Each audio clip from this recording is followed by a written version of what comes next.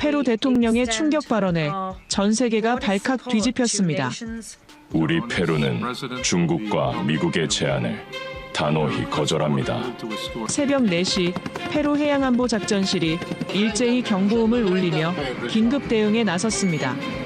단 한마디 한국의 제안에 세계 최강 대국들과 등을 찌는 극단적 결정을 내린 페루 정부. 대체 한국이 페루 정부에 제안한 것은 무엇이었을까요? 한국의 지혜는 상상을 초월합니다. 더 충격적인 것은 한국의 그 한마디가 불러일으킨 세계적인 파장. 불과 며칠 전까지만 해도 미국, 일본, 유럽, 그 어떤 나라도 손 내밀지 않았습니다. 대한민국만이 유일하게 움직였습니다. 대체 무슨 일이 벌어진 걸까요? 그 전에 잠깐 1초 만에 누를 수 있는 좋아요 버튼을 꾹 눌러주시면 영상 제작에 아주 큰 힘이 됩니다. 그럼 바로 시작하겠습니다. 코드레드! 새벽 3시 47분 페루 해군 작전사령부 상황실에 날카로운 비상벨이 울려 퍼졌습니다. 저는 침대에서 벌떡 일어나 옷을 채 입기도 전에 상황실로 뛰어갔죠. 복도를 달리면서 가슴이 쿵쾅거렸습니다. 또 우리 어민들에게 무슨 일이 벌어진 걸까요? 상황실 문을 열고 들어서는 순간 레이더 스크린에 펼쳐진 광경을 보고 몸이 얼어붙었습니다. 우리 어선 산타마리아호가 무장 괴선 4척에게 완전히 포위당한 채 표류하고 있었습니다. 현재 상황 보고. 거리 12km, 피우라 연안 북동쪽입니다.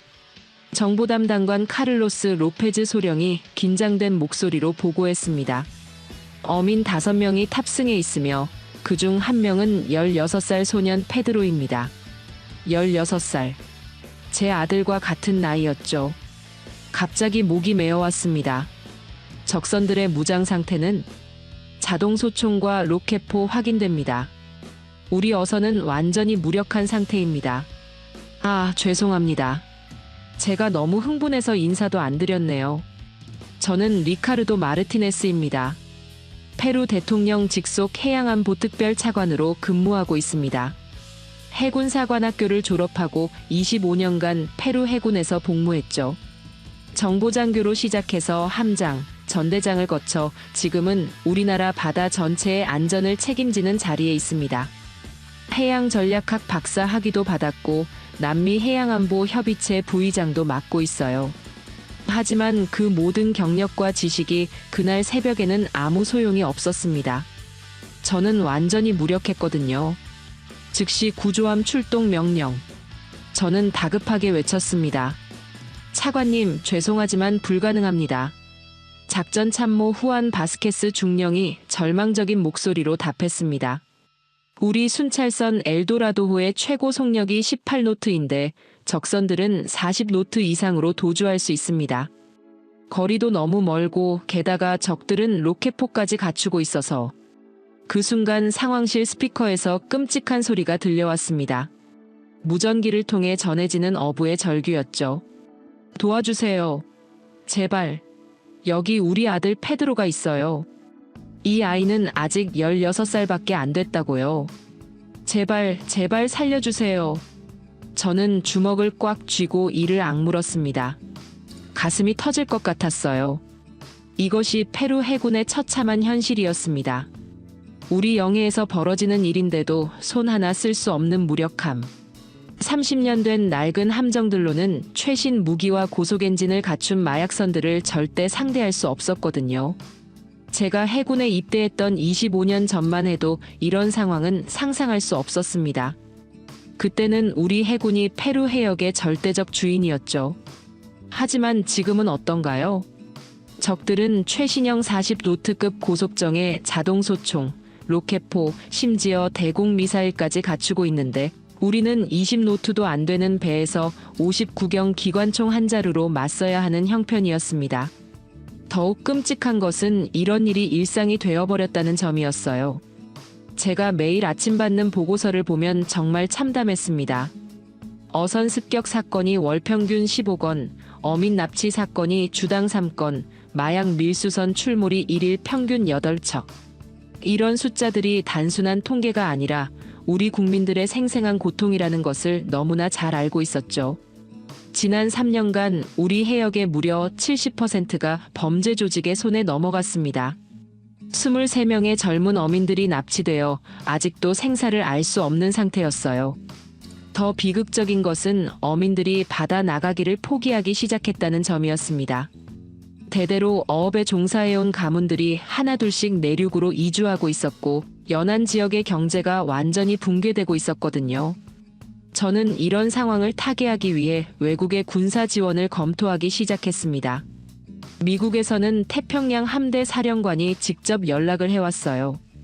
페루 남부 파라카스 지역에 해군 기지를 설치하게 해주면 최신 구축함을 지원하겠다. 중국에서도 제안이 들어왔습니다. 칼라오 항구 사용권과 주요 해운 항로 공동 관리권을 주면 호위함 2척을 무상 지원하겠다. 유럽연합도 마찬가지였죠.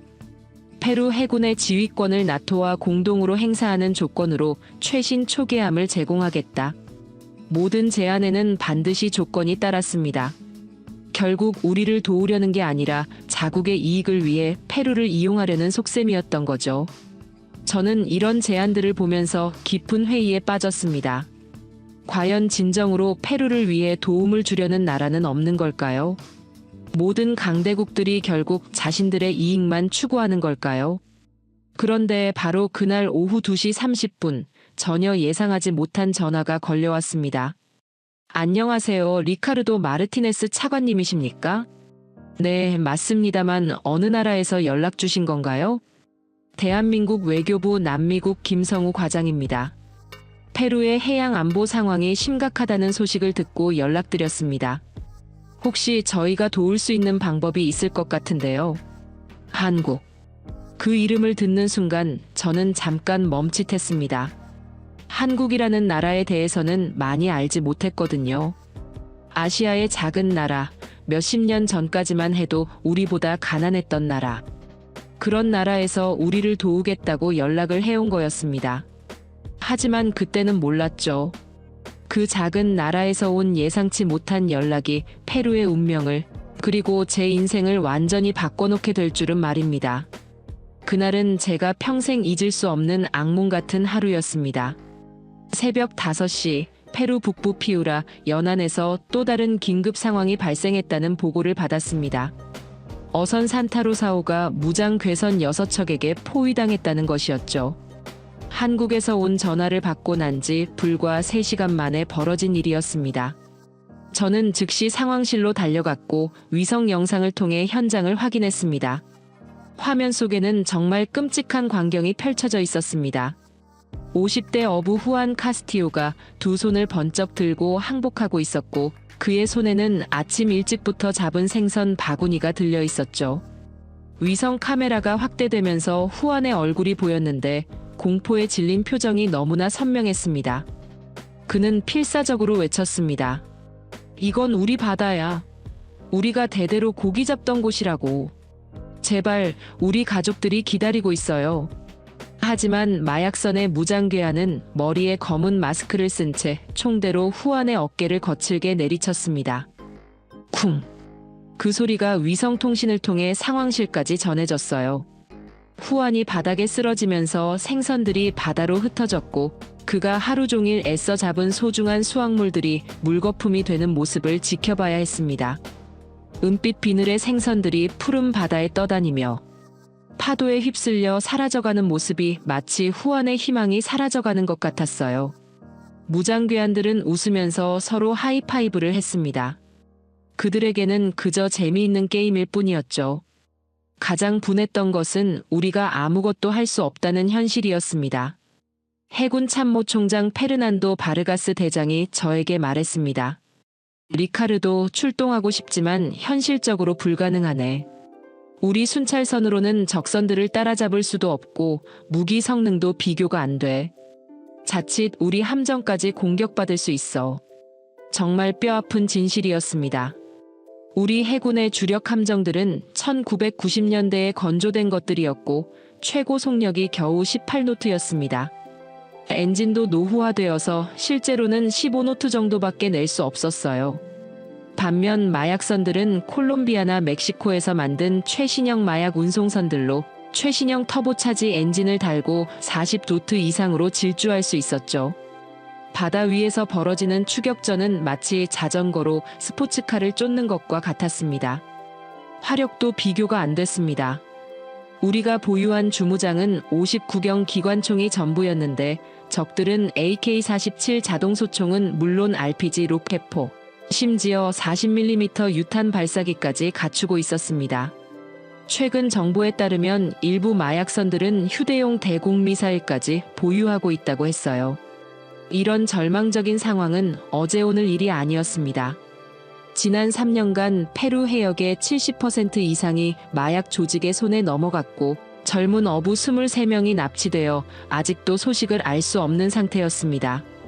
그 중에서도 가장 기억에 남는 것은 22살 청년 카를로스 메디나의 사건이었어요.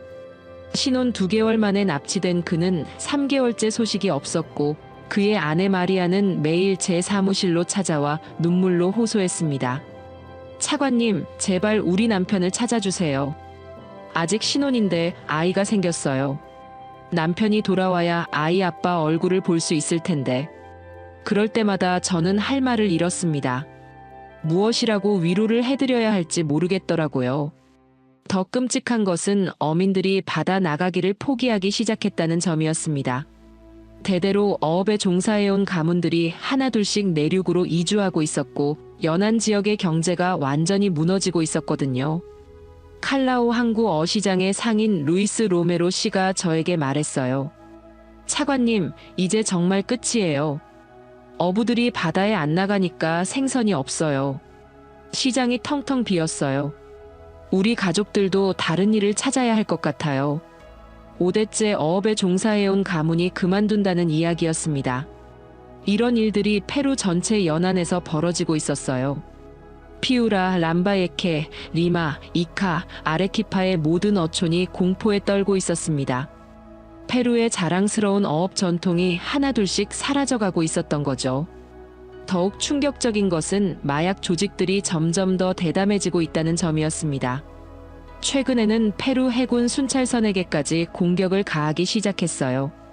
지난달 북부 해역에서 순찰 중이던 우리 함정 라 푸에르타우가 마약선들의 공격을 받아 선체에 구멍이 뚫렸습니다. 다행히 인명피해는 없었지만 함정이 거의 침몰할 뻔했어요. 그 사건 이후 우리 해군 승조원들의 사기가 바닥까지 떨어졌습니다. 차관님, 우리가 뭘 위해 바다에 나가는 건가요? 젊은 부사관 하나가 저에게 물었을 때 저는 대답할 수 없었습니다. 정말로 무엇을 위해 바다에 나가는 건지 확신이 서지 않았거든요. 국제사회의 반응도 냉담했습니다. UN 마약범죄사무소에 지원을 요청했지만 예산 부족이라는 답변만 돌아왔어요. 미주기구에서는 각국의 자체적인 노력이 우선이라고 했고요. 결국 페루는 홀로 이 거대한 적과 싸워야 하는 상황이었습니다. 그날 밤 저는 사무실에서 밤늦게까지 보고서를 작성하면서 생각했습니다. 과연 페루가 다시 자국의 바다를 되찾을 수 있을까? 이 절망적인 상황에서 우리를 구해줄 수 있는 방법이 정말 존재하는 걸까? 벽에 걸린 페루 지도를 보면서 한숨이 나왔어요. 그 넓고 아름다운 페루의 바다가 이제는 우리 것이 아니라는 현실이 너무나 서글펐습니다. 어린 시절 할아버지와 함께 피우라 해변에서 놀던 기억이 떠올랐어요. 그때는 바다가 이렇게 위험한 곳이 될 줄 몰랐는데 할아버지는 말씀하셨죠. 리카르도야, 바다는 우리 페루 사람들의 생명이란다. 바다가 있어야 우리가 살 수 있어. 하지만 지금 그 바다는 우리에게서 멀어져 가고 있었습니다. 사무실 창문 밖으로 보이는 칼라오 항구는 예전처럼 활기차지 않았어요. 어선들도 절반으로 줄었고 어부들의 웃음소리도 들리지 않았습니다. 하지만 그때는 몰랐습니다. 지구 반대편에서 기적 같은 전화가 오고 있다는 것을 말이죠. 한국이라는 작은 나라에서 페루를 위한 진정한 희망의 메시지를 보내고 있다는 것을 말입니다. 그리고 그들이 우리에게 단순한 무기가 아닌 진정한 우정과 신뢰를 선물하게 될 줄은 꿈에도 생각하지 못했습니다. 그날 밤 10시 대통령궁 집무실에서 긴급 국가안보회의가 열렸습니다. 국방장관 페드로 곤잘레스, 외무장관 카를로스 로메로, 해군 참모총장 루이스 바르가스와 함께 마약 조직 대응 방안을 논의하고 있었는데 갑자기 대통령실 직통 빨간 전화벨이 울렸습니다. 그 빨간 전화는 오직 국가 기밀이나 최고 수준의 외교 업무에만 사용되는 것이었어요. 대통령 마르틴 비스카라가 전화를 받더니 잠시 듣고는 저를 향해 손짓했습니다. 리카르도, 자네에게 온 국제전화야. 매우 중요한 내용 같은데. 저는 의아해하면서 전화를 받았습니다. 이 시간에 누가 대통령실 직통으로 전화를 걸 만큼 중요한 일이 있을까요? 안녕하세요. 리카르도 마르티네스 차관님이십니까? 목소리는 매우 정중했고 스페인어가 아닌 영어였지만 발음이 정확했습니다. 네, 맞습니다만 누구시죠? 대한민국 외교부 남미국 김성우 과장입니다. 페루의 해양 안보 상황이 심각하다는 소식을 듣고 긴급히 연락드렸습니다. 한국. 그 순간 회의실에 있던 모든 사람들이 조용해졌습니다. 한국에서 페루 대통령실로 직접 전화를 걸 만큼 무슨 중요한 일이 있다는 걸까요? 처음에는 일반적인 외교적 수사라고 생각했습니다. 아마도 우려를 표한다 정도의 의례적인 연락이겠거니 했죠. 하지만 김성우 과장의 다음 말에 저는 깜짝 놀랐습니다. 차관님, 저희가 퇴역한 포항급 코르벳함 한 척을 보유하고 있습니다. 배수량 1,200톤, 76mm 주포와 하푼 대한미사일을 장착한 최신 함정입니다. 이 함정을 페루의 무상으로 양도하고 싶습니다. 저는 순간 귀를 의심했습니다. 무상으로 군함을 준다고요? 그것도 조건 없이요. 회의실에 있던 다른 참석자들도 모두 놀란 표정을 지었어요. 국방장관이 작은 목소리로 물었습니다. 정말로 무상이라고 했나? 저는 김성우 과장에게 다시 확인했습니다. 혹시 어떤 조건이 있으신가요? 기지 사용권이나 지휘권 또는 정치적 지지 같은 것 말입니다. 김성우 과장의 대답은 더욱 놀라웠습니다. 아무런 조건이 없습니다. 단지 페루 바다의 평화가 찾아오기를 바랄 뿐입니다. 우리는 70년 전 한국 전쟁 때 페루의 도움을 받았습니다. 그때의 은혜를 이제 갚고 싶을 뿐입니다. 저는 25년간 군인으로 살면서 이런 제안을 들어본 적이 없었습니다. 모든 군사 협력에는 반드시 대가가 따르는 것이 국제 정치의 상식이었거든요. 더욱이 무상으로 군함을 준다는 것은 상상할 수 없는 일이었어요. 죄송하지만 정말로 아무런 조건이 없다는 말씀이신가요? 혹시 나중에 추가 요구 사항이 생기지는 않을까요? 김성우 과장은 차분하게 답했습니다. 네, 맞습니다. 다만 한 가지 부탁이 있다면 이 함정이 평화를 위해 사용되기를 바란다는 것뿐입니다. 페루 국민들의 안전과 어민들의 평화로운 조업을 위해 사용해 주시면 됩니다. 김성우 과장은 계속해서 구체적으로 설명했습니다. 이 함정은 한국이 1980년대에 자체 기술로 건조한 포항급 코르벳함입니다. 길이 88m, 폭 10m의 현대식 군함이죠. 주무장으로는 오티오 멜라라 76mm 함포가 장착되어 있고 이는 분당 120발을 발사할 수 있습니다. 또한 하푼 대한미사일 4발이 탑재되어 있어 사거리 130km까지 타격이 가능합니다.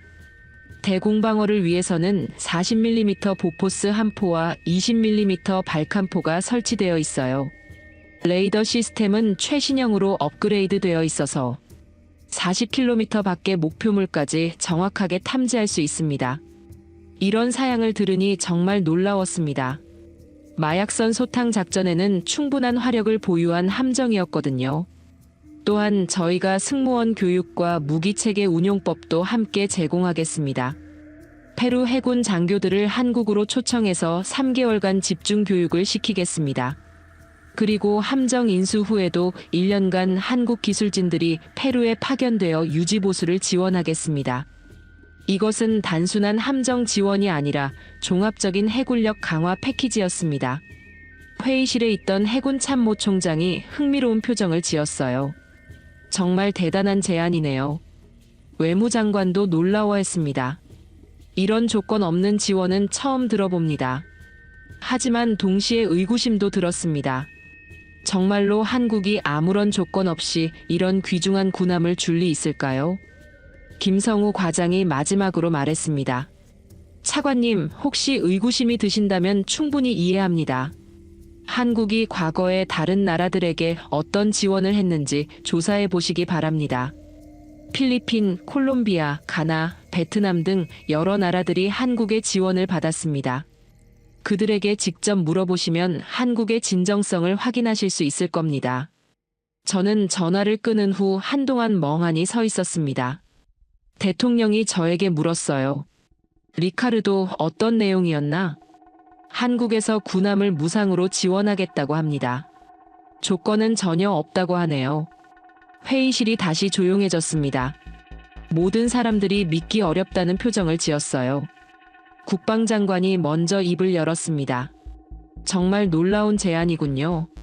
하지만 너무 좋은 조건이라 오히려 의심스럽습니다. 이것은 협상이 아니라 순수한 우정의 제안처럼 들렸습니다. 미국이나 중국, 유럽처럼 자국의 이익을 챙기려는 것이 아니라 정말로 페루를 도우려는 마음에서 나온 제안 같았죠. 하지만 동시에 의심도 들었습니다. 세상에 공짜가 어디 있을까요? 한국이 정말로 아무런 조건 없이 이렇게 귀중한 군함을 줄 리 있을까요? 분명히 숨겨진 의도가 있을 거라는 생각이 들었어요. 그날 밤 저는 잠을 이룰 수 없었습니다. 이 제안이 정말 진심인지 아니면 숨겨진 의도가 있는 것인지 확인해야겠다고 생각했습니다. 다음 날 아침부터 한국의 과거 군사 지원 사례들을 샅샅이 조사하기로 마음먹었어요. 과연 한국이 정말로 조건 없는 지원을 하는 나라인지 아니면 다른 강대국들처럼 자국의 이익을 추구하는 나라인지 알아봐야겠다고 생각했습니다. 다음 날 아침 8시 대통령궁 회의실은 말 그대로 발칵 뒤집혔습니다. 한국의 제안 소식이 알려지자 정부 고위 관료들이 모두 모여들었어요. 국방장관 페드로 곤잘레스가 가장 먼저 반대 의견을 강하게 내놨습니다. 대통령님, 이건 너무 위험한 제안입니다. 조건 없는 군사 지원이라니 세상에 그런 게 어디 있습니까? 분명히 함정이 있을 겁니다. 그의 목소리는 흥분으로 떨리고 있었어요. 25년간 국방 분야에서 일해온 그로서는 이런 제안을 받아들이기 어려웠을 겁니다. 외무장관 카를로스 로메로도 동조했습니다. 한국이 태평양 진출의 교두보를 마련하려는 속셈일 가능성이 큽니다. 나중에 군사기지 설치나 해군 주둔을 요구할지도 모르죠. 그렇게 되면 우리는 한국의 군사적 영향권 안에 들어가게 됩니다. 해군 참모총장 루이스 바르가스도 회의적인 입장이었습니다. 차관님, 저도 해군에서 30년간 복무했지만 이런 제안은 처음 들어봅니다. 분명히 숨겨진 조건이 있을 겁니다. 한국이 나중에 페루 해군의 작전권이나 지휘권을 요구할 수도 있어요. 내무장관까지 나서서 우려를 표명했습니다. 대통령님, 한국이 나중에 페루 내정에 개입할 빌미를 제공할 수도 있습니다. 군사 지원을 빌미로 정치적 영향력을 행사하려 할지도 모르죠. 더욱 놀라운 것은 외국 외교관들의 긴급 반응이었습니다. 아침 9시가 되자마자 미국 대사관에서 긴급히 연락이 왔어요. 미국 대사 로버트 존슨이 직접 대통령궁을 방문했습니다. 페루 정부는 한국의 제안을 매우 신중히 검토해야 합니다. 이는 기존의 미국과 페루 군사협력 관계에 심각한 영향을 줄 수 있습니다. 미국은 페루의 전통적인 동맹국으로서 우려를 표명하지 않을 수 없습니다. 존슨 대사의 말에는 명백한 압박의 뉘앙스가 담겨 있었어요. 중국 외교관들의 반응은 더욱 직접적이었습니다. 중국 대사 장외이밍이 오후에 찾아와서 말했습니다. 한국의 진짜 의도를 파악하기 전까지는 성급한 결정을 내리지 마십시오. 중국은 페루와의 경제 협력을 더욱 확대할 용의가 있습니다. 만약 한국의 제안을 거절한다면 중국이 더 나은 조건으로 지원할 수 있습니다. 이것은 명백한 회유책이었죠. 심지어 유럽연합 대표부에서도 우려를 표명했습니다. 독일 대사가 전화를 걸어왔어요. 페루는 서방 세계의 중요한 파트너입니다. 한국의 제안이 기존의 서방과 페루 관계에 미칠 영향을 신중히 고려해야 합니다. 이런 반응들을 보면서 저는 더욱 의심스러워졌습니다. 왜 다른 나라들이 이렇게 한국의 제안을 막으려고 할까요? 정말로 한국에게 숨겨진 의도가 있는 걸까요? 아니면 다른 나라들이 자신들의 이익을 위해 방해하는 걸까요? 대통령실에서 열린 비공개 회의에서 상황은 더욱 복잡해졌습니다. CIA 페루 지부장이 비밀리에 정보를 제공했어요. 한국이 최근 아시아 태평양 지역에서 군사적 영향력을 확대하려 하고 있습니다. 페루를 거점으로 남미 진출을 노리는 것 같습니다. 중국 정보부 관계자도 마찬가지였습니다. 한국은 미국과 중국 사이에서 제3의 세력으로 부상하려 하고 있습니다. 페루를 이용해서 남미에서 영향력을 키우려는 겁니다. 이런 정보들을 들으면서 저는 혼란에 빠졌습니다. 과연 누구의 말이 진실일까요? 한국이 정말로 순수한 의도로 도움을 주려는 걸까요? 아니면 다른 목적이 있는 걸까요? 대통령이 저를 향해 물었습니다. 리카르도, 자네 생각은 어떤가? 25년간 군인으로 살아온 경험으로 볼 때 이런 제안을 어떻게 평가하나? 저는 한참 동안 고민했습니다. 25년간 군인으로 살면서 배운 가장 중요한 교훈은 의심하고 또 의심하라는 것이었습니다. 특히 외국의 군사 지원 제안에는 반드시 함정이 있다는 것이 군사학의 상식이었죠. 하지만 다른 한편으로는 현실적인 상황도 고려해야 했습니다. 지금 우리가 처한 상황이 얼마나 절망적인지를 말입니다. 매일 우리 어민들이 납치당하고 우리 바다가 범죄자들의 소굴이 되어가고 있는데 그냥 손 놓고 있을 수는 없잖아요. 또한 미국, 중국, 유럽의 제안들을 생각해보면 그들의 조건은 너무 가혹했습니다. 미국은 99년간 기지 사용권을 요구했고 중국은 주요 항구의 지배권을 원했어요. 유럽은 아예 우리 해군의 지휘권을 공유하자고 했죠. 그에 비하면 한국의 제안은 정말 조건이 없어 보였습니다. 대통령님, 저는 직접 조사해보고 싶습니다. 저는 신중하게 말했습니다. 한국이 과거에 다른 나라들을 도운 사례가 있는지, 정말로 조건 없는 지원이었는지 확인해 보겠습니다. 그리고 나서 최종 판단을 내리는 것이 좋겠습니다. 성급하게 결정하기보다는 철저한 검증이 필요할 것 같습니다. 대통령이 고개를 끄덕였습니다. 좋다. 2주 안에 상세한 보고서를 올려주게. 이 문제는 페루의 미래가 걸린 중요한 결정이니까 신중해야 한다. 회의가 끝난 후 국방장관이 저에게 따로 말했어요. 리카르도, 개인적으로는 한국의 제안을 믿지 않는다. 세상에 공짜는 없어. 분명히 숨겨진 의도가 있을 거야. 외무장관도 비슷한 의견이었습니다. 차관, 한국이 나중에 더 큰 것을 요구할 수도 있어. 처음에는 조건이 없다고 하다가 나중에 바뀔 수 있다고. 하지만 저는 마음속으로 생각했습니다. 그렇다면 왜 다른 강대국들이 이렇게 한국의 제안을 막으려고 할까요? 만약 한국의 제안에 정말 함정이 있다면 다른 나라들이 굳이 막을 이유가 없을 텐데요. 오히려 페루가 함정에 빠지는 것을 지켜보면 될 텐데 말이죠. 그날부터 저는 한국의 과거 군사 지원 사례들을 샅샅이 조사하기 시작했습니다. 정말로 순수한 의도였는지 아니면 숨겨진 조건들이 있었는지 말이죠. 진실이 무엇인지 반드시 밝혀내겠다고 다짐했습니다. 저는 한국이 과거에 군함을 무상 지원한 나라들을 하나씩 철저히 조사하기 시작했습니다. 먼저 페루 외교부 자료실에서 관련 문서들을 찾아보았어요. 놀랍게도 한국의 해외 군사 지원 기록이 상당히 많았습니다. 첫 번째로 연락한 곳은 필리핀 해군이었습니다. 필리핀 해군 정보담당관 라몬델 로사리오 대령과 화상 통화를 했어요. 대령님, 한국으로부터 받은 군함에 대해 솔직한 의견을 듣고 싶습니다. 혹시 나중에 추가 조건이나 요구사항이 있었나요? 라몬 대령은 잠시 생각하더니 진심 어린 목소리로 답했습니다.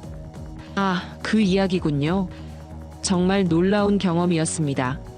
솔직히 처음에는 저희도 의심했어요. 세상에 공짜가 어디 있겠습니까? 하지만 한국은 정말로 아무것도 요구하지 않았습니다. 기지 사용권도 지휘권도 심지어 정치적 지지도 요구하지 않았어요. 그냥 우리가 남중국해 해적들을 소탕하는 것을 도와주었을 뿐입니다. 라몬 대령의 증언은 계속됐습니다.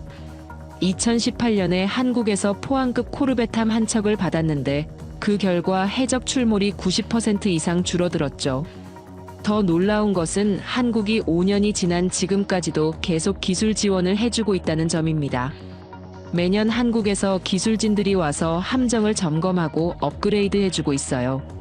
그런데 한 번도 추가 비용을 요구한 적이 없습니다. 이런 증언을 들으니 정말 놀라웠습니다. 다음으로 콜롬비아 해군에 문의했습니다.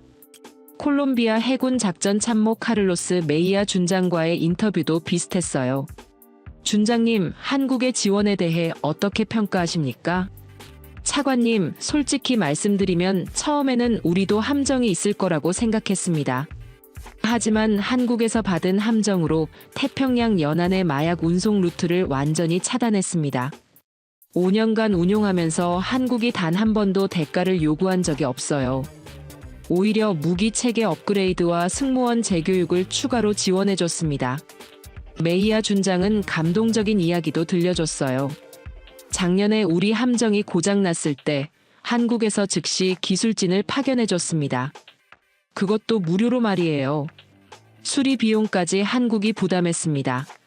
정말 믿을 수 없었어요. 이런 나라가 실제로 존재한다는 게 말입니다. 가나 해군의 증언은 더욱 감동적이었습니다.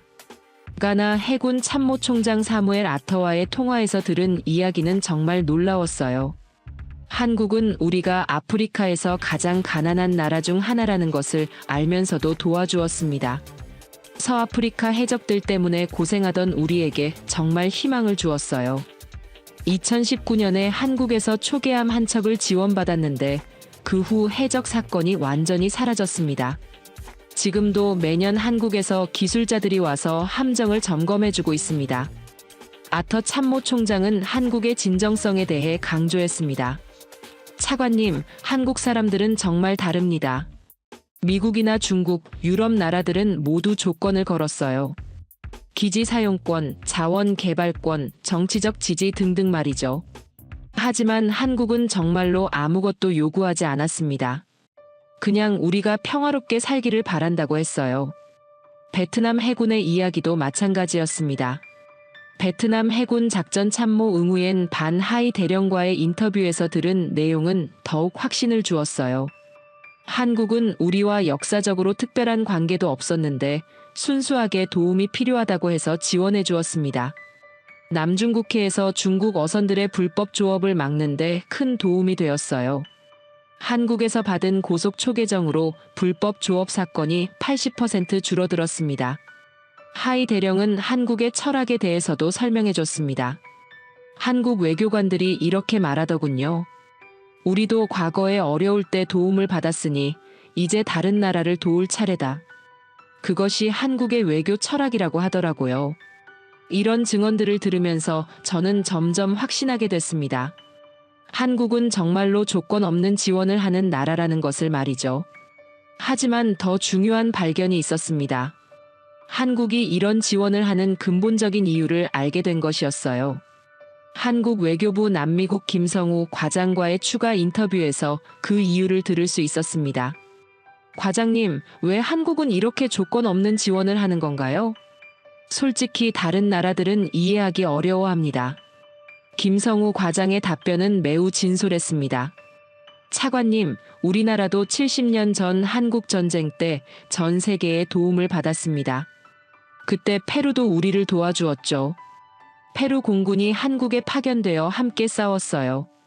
또한 1960년대부터 1980년대까지 우리가 가난했을 때도 많은 나라들이 도와줬습니다. 이제 우리가 성장했으니까 그때의 은혜를 갚고 싶은 겁니다. 김성우 과장은 계속해서 한국의 철학을 설명했습니다. 우리는 이것을 상생외교라고 부릅니다. 함께 살아가는 외교 말이에요.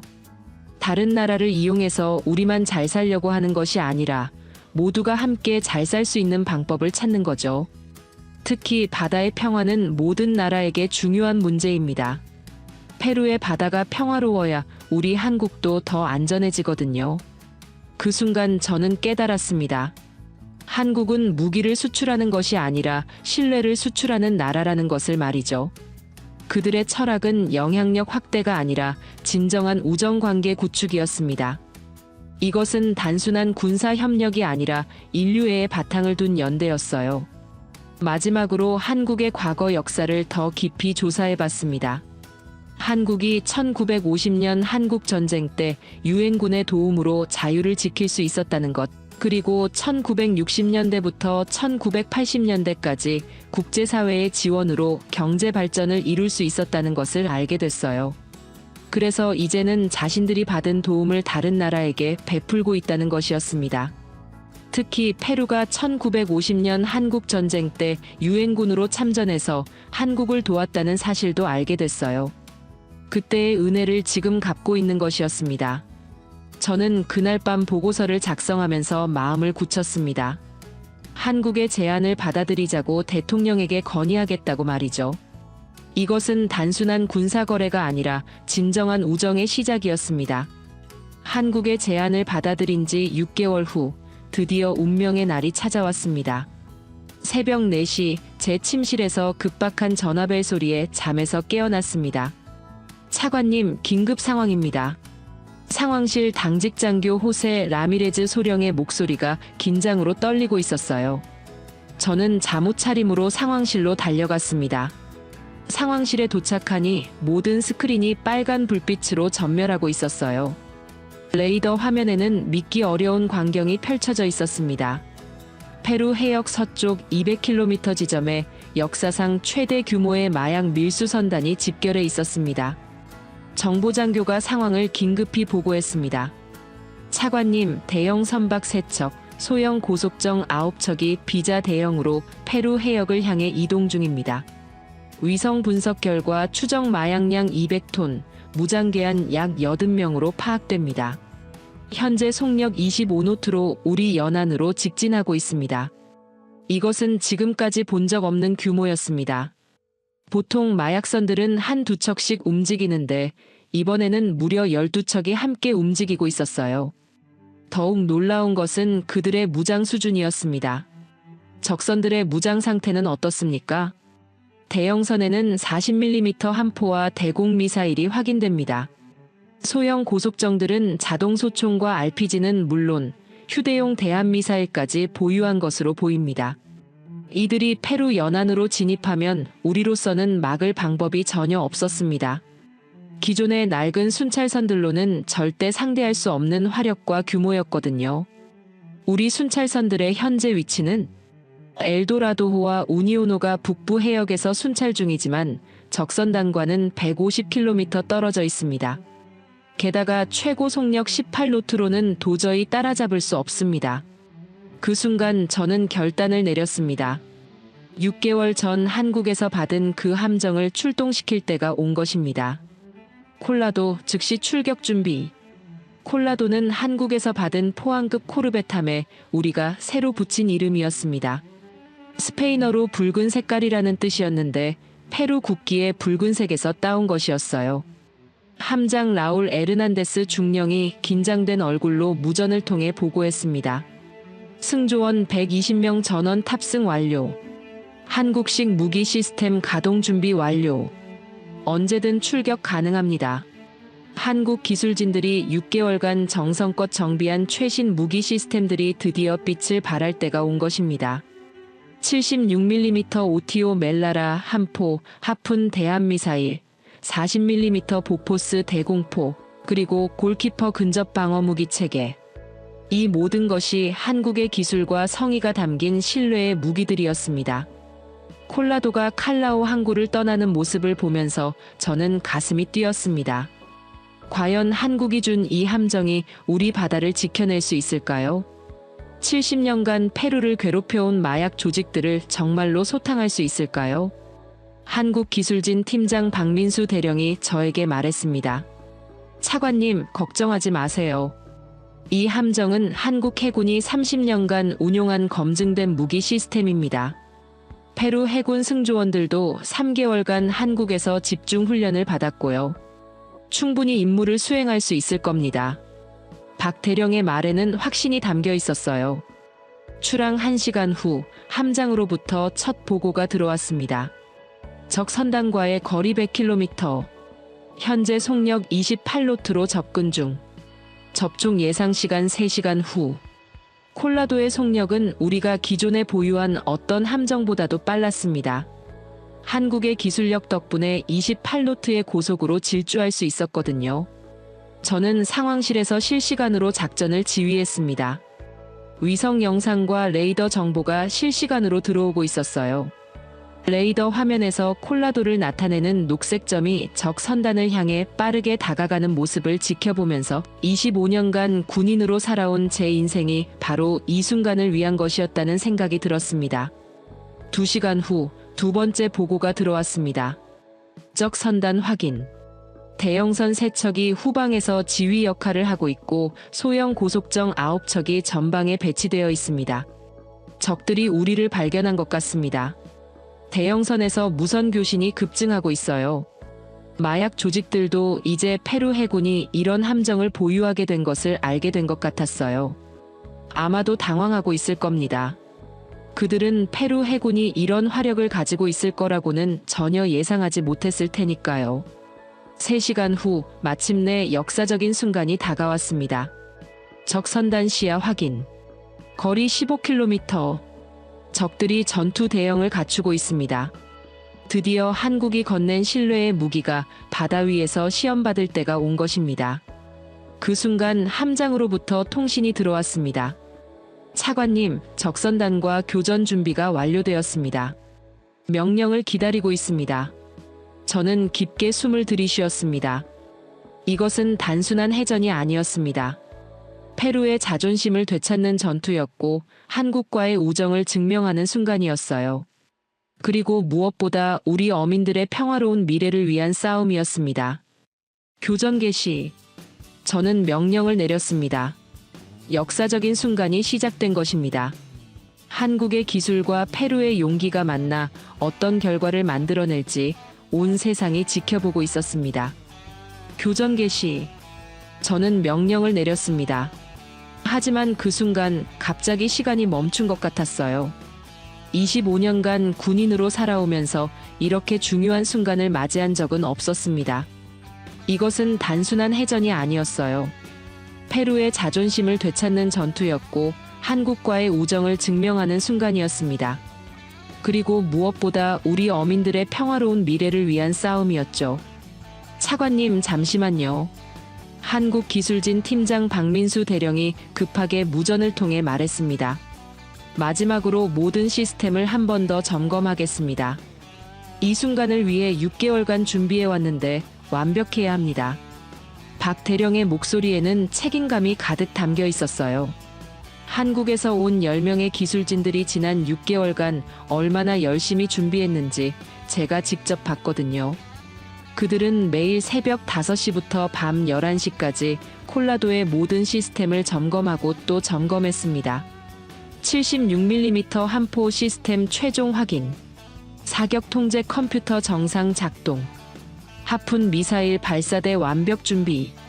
골키퍼 대공방어 시스템 대기 상태. 한국 기술진들의 체크리스트가 하나씩 완료되어 갔어요. 그들의 세심함과 전문성을 보면서 저는 다시 한번 감탄했습니다. 이것이 바로 한국이 세계적으로 인정받는 이유구나 싶었어요. 차관님, 한 가지 말씀드리고 싶은 것이 있습니다. 박민수 대령이 진지한 목소리로 말했습니다. 저희 한국 기술진 전원이 이 순간을 위해 가족과도 6개월간 떨어져 있었습니다. 하지만 한 번도 후회한 적이 없어요.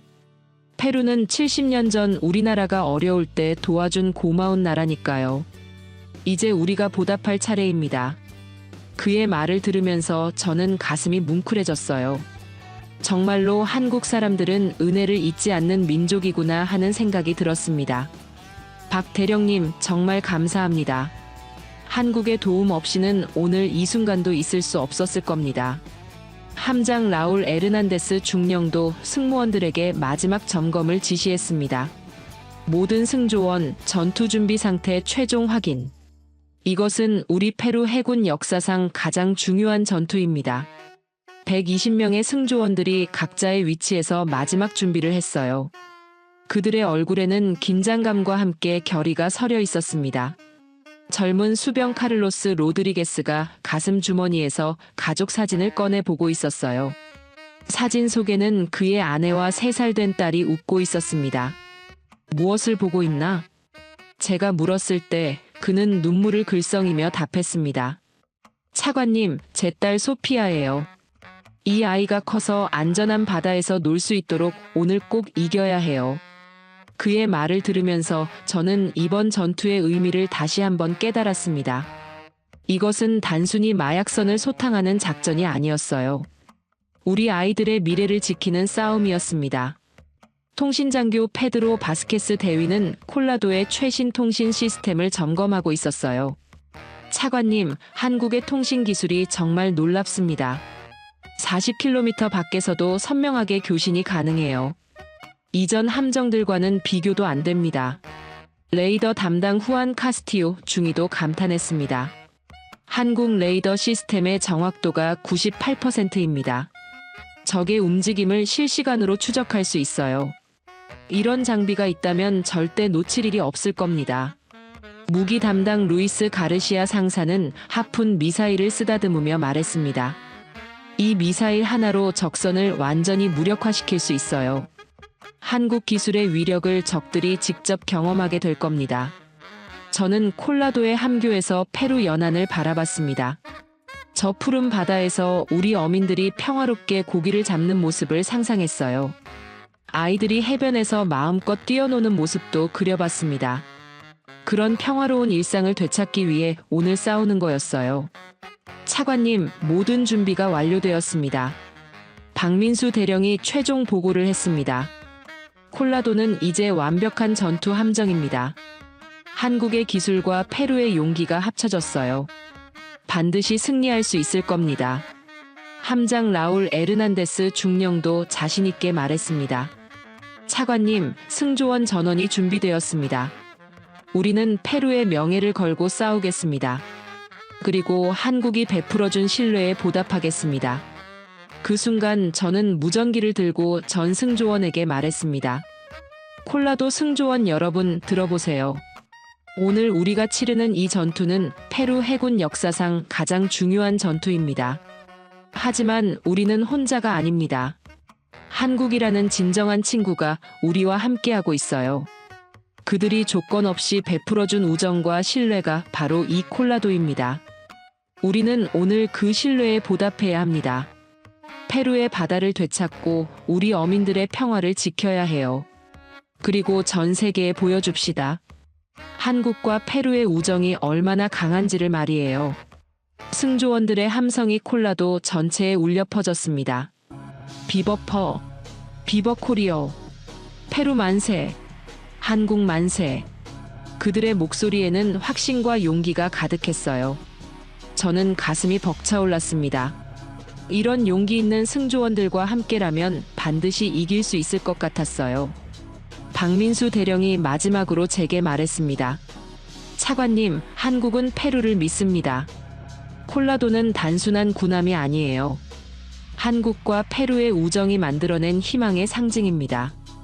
오늘 그 희망이 현실이 될 것입니다. 저는 고개를 끄덕였습니다.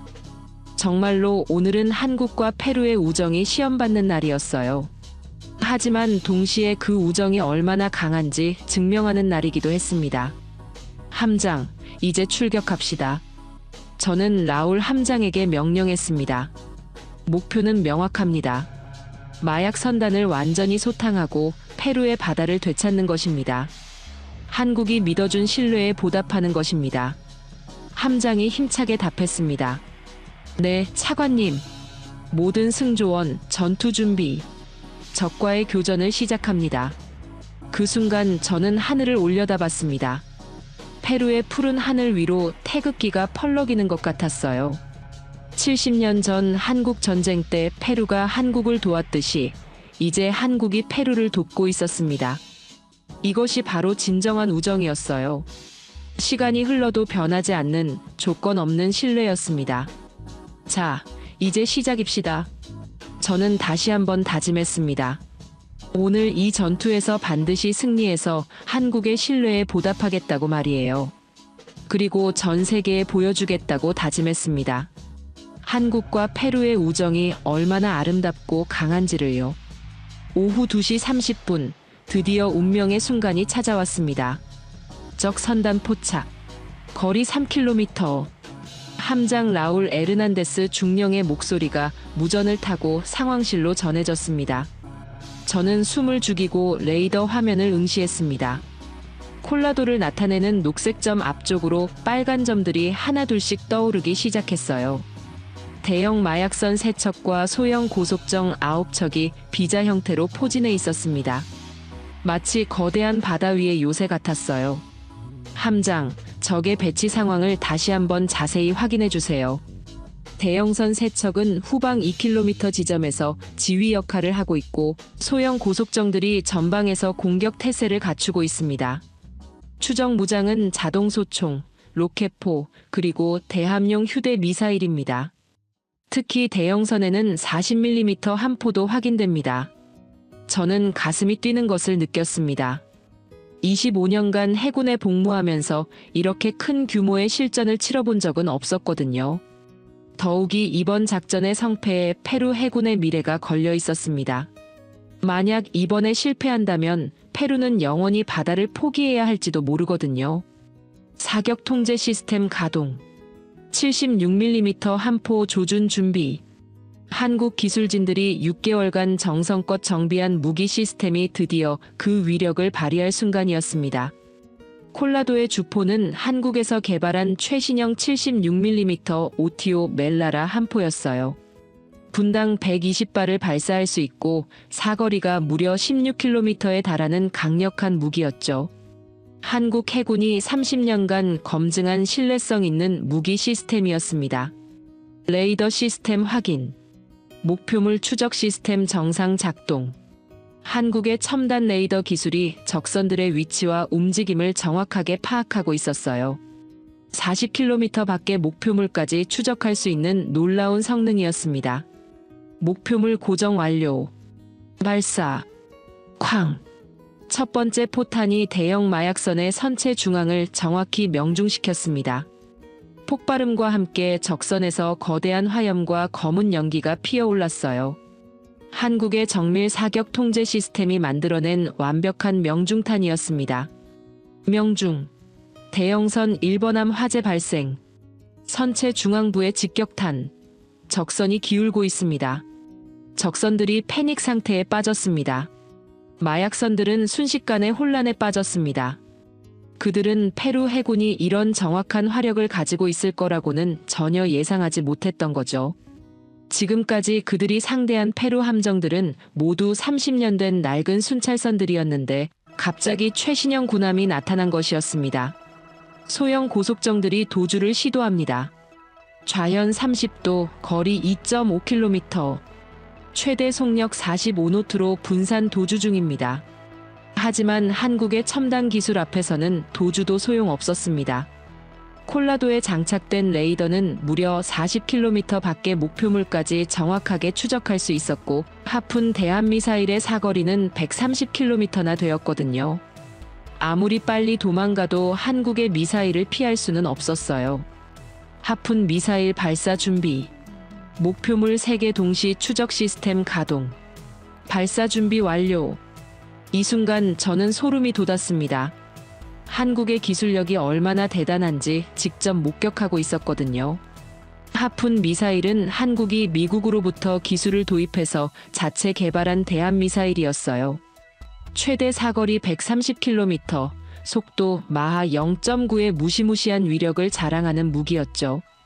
더욱 놀라운 것은 이 미사일이 발사 후 자동으로 목표물을 추적하는 발사 후 망각 방식이라는 점이었습니다. 목표물 고정. 발사. 쇼웅. 하푼 미사일이 바다 위를 가로질러 날아갔습니다. 흰 연기 꼬리를 그리며 도주하는 소형. 고속정들을 향해 정확하게 날아가는 모습이 마치 독수리가 먹이를 향해 급강하하는 것 같았어요. 미사일의 속도는 초음 속에 가까웠고 적들이 회피할 시간은 거의 없었습니다. 첫 번째 미사일이 고속정을 명중시키자 거대한 폭발과 함께 적선이 산산조각 났습니다. 불덩어리가 하늘로 치솟았고 파편들이 바다로 떨어졌어요. 두 번째, 세 번째 미사일도 연달아 목표물을 정확히 격파했죠. 세척 격침 확인. 나머지 소형선들도 항복 신호를 보내고 있습니다. 무력화 완료. 한국의 첨단 기술이 만들어낸 정확무오한 타격이었습니다. 하지만 전투는 아직 끝나지 않았어요. 대형 마약선들이 반격을 시작한 거죠. 적선에서 로켓포 발사. 우연으로 회피 기동.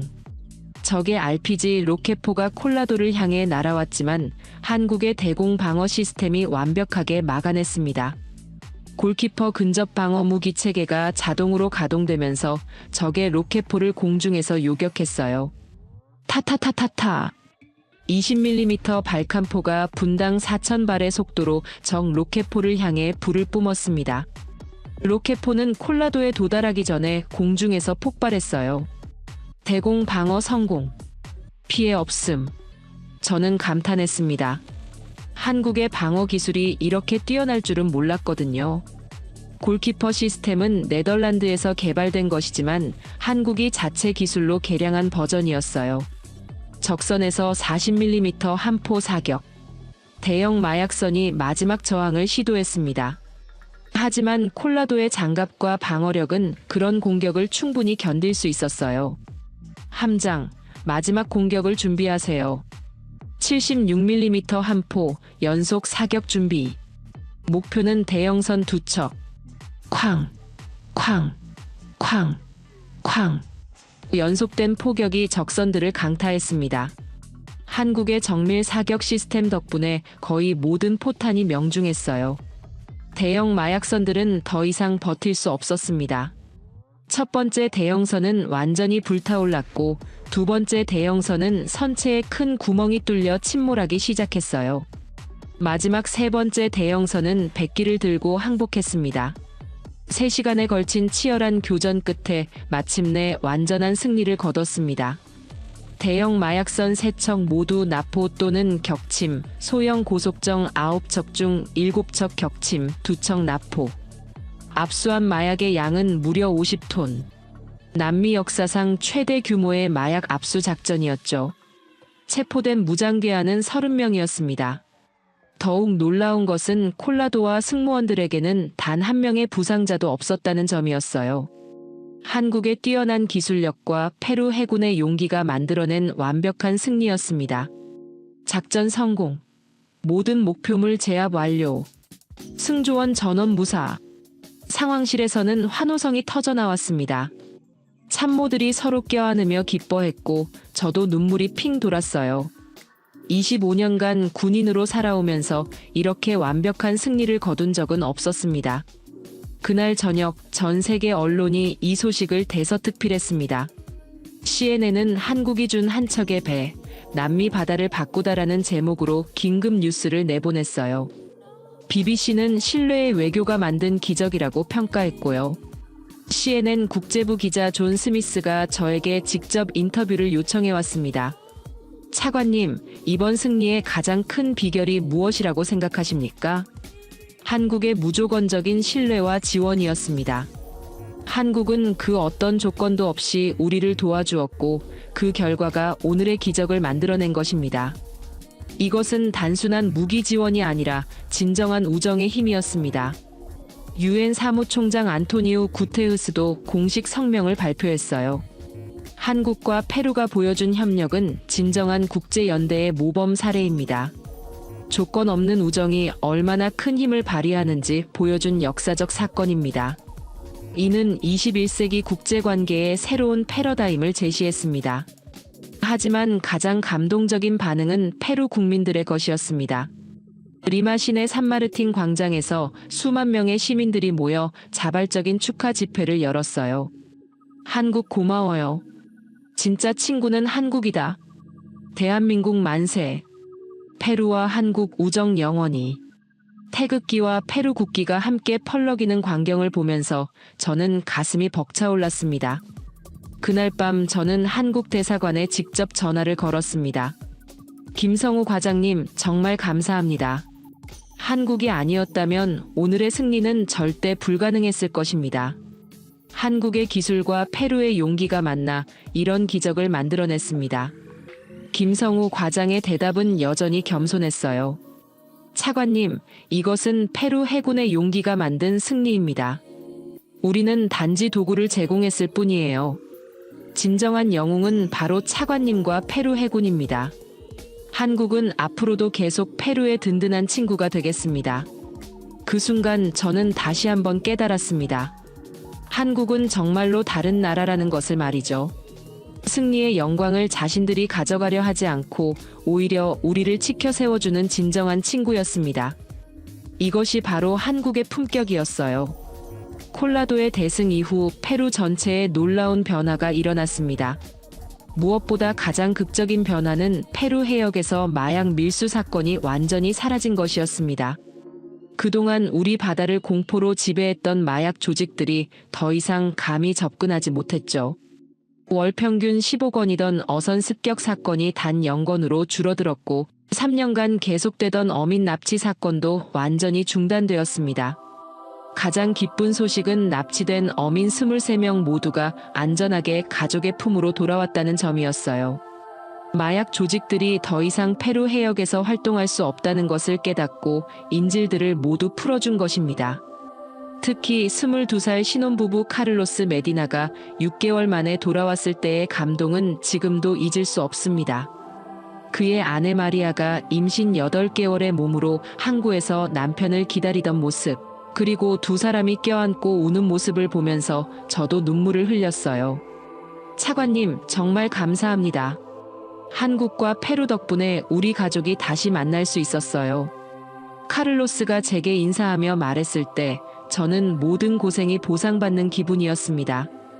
더욱 놀라운 것은 한국의 추가 지원 제안이었습니다. 승리 한 달 후 김성우 과장으로부터 또 다른 깜짝 소식이 전해졌어요. 차관님, 앞으로 10년간 콜라도의 유지보수와 무기 시스템 업그레이드를 무상으로 지원하겠습니다. 또한 페루 해군 장교들을 매년 한국으로 초청해서 최신 해전술과 무기 운용법을 교육시켜드리겠습니다. 그리고 내년에는 추가로 고속 초계정 2척도 지원할 예정입니다. 이것은 일회성 지원이 아니라 장기적인 전략적 동맹 관계의 시작이었습니다. 한국이 진정으로 페루의 영원한 친구가 되고 싶어 한다는 증거였죠. 더욱 감동적인 것은 한국 기술진들의 헌신이었어요. 박민수 대령을 비롯한 한국 해군 기술진 10명이 추가로 1년간 페루에 파견되어 페루 해군의 전력 강화를 도와주기로 했습니다. 우리는 페루가 완전히 자립할 수 있을 때까지 계속 도우겠습니다. 박 대령의 말에는 진심이 담겨 있었어요.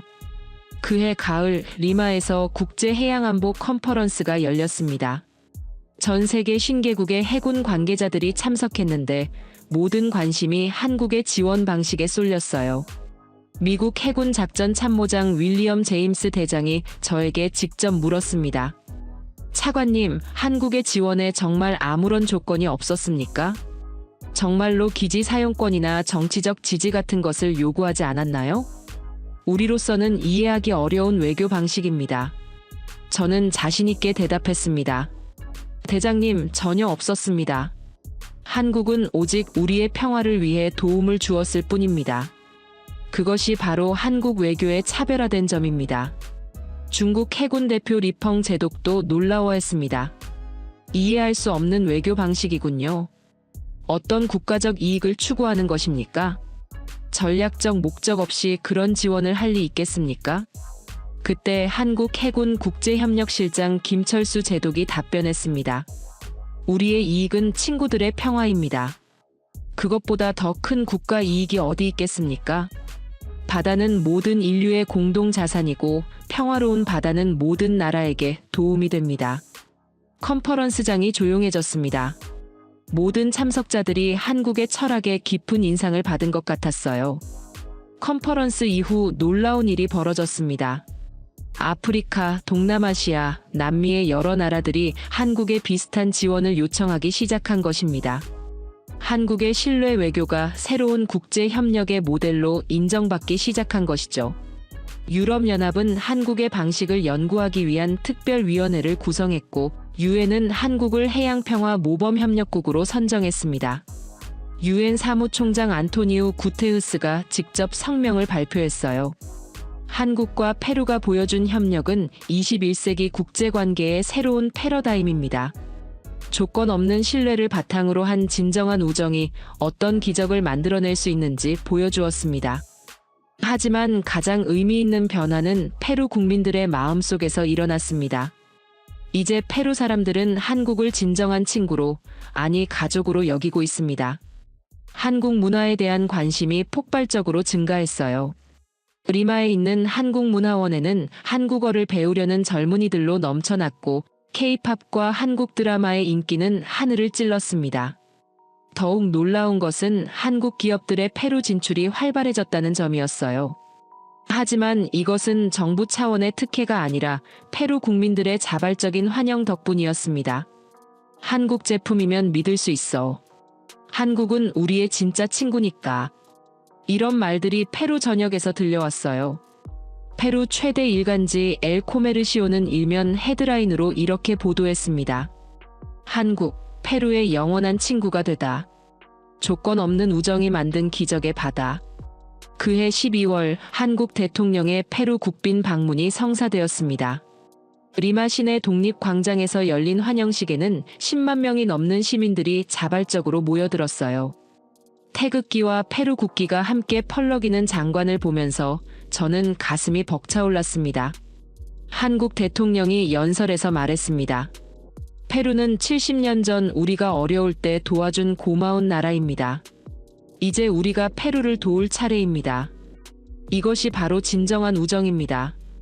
그 순간 광장에서는 코리아, 페루 하는 함성이 울려 퍼졌어요. 저는 이제 확신합니다. 한국은 무력으로 세계를 지배하려는 나라가 아니라 신뢰로 세계를 변화시키려는 나라라는 것을 말이죠. 땅은 작지만 마음은 큰 나라, 힘은 약하지만 정신은 강한 나라. 그것이 바로 한국입니다. 그리고 페루는 그런 한국의 진정한 친구가 될 수 있어서 자랑스럽습니다. 앞으로 50년, 100년이 지나도 이 우정은 계속될 것입니다. 한국과 페루가 함께 만들어 나갈 평화로운 미래를 기대합니다. 한국은 무기를 팔지 않았습니다. 희망을, 신뢰를, 그리고 진정한 우정을 주었습니다. 조건 없는 우정이 얼마나 큰 힘을 발휘하는지 보여준 나라. 페루는 이제 진짜 친구를 얻었습니다.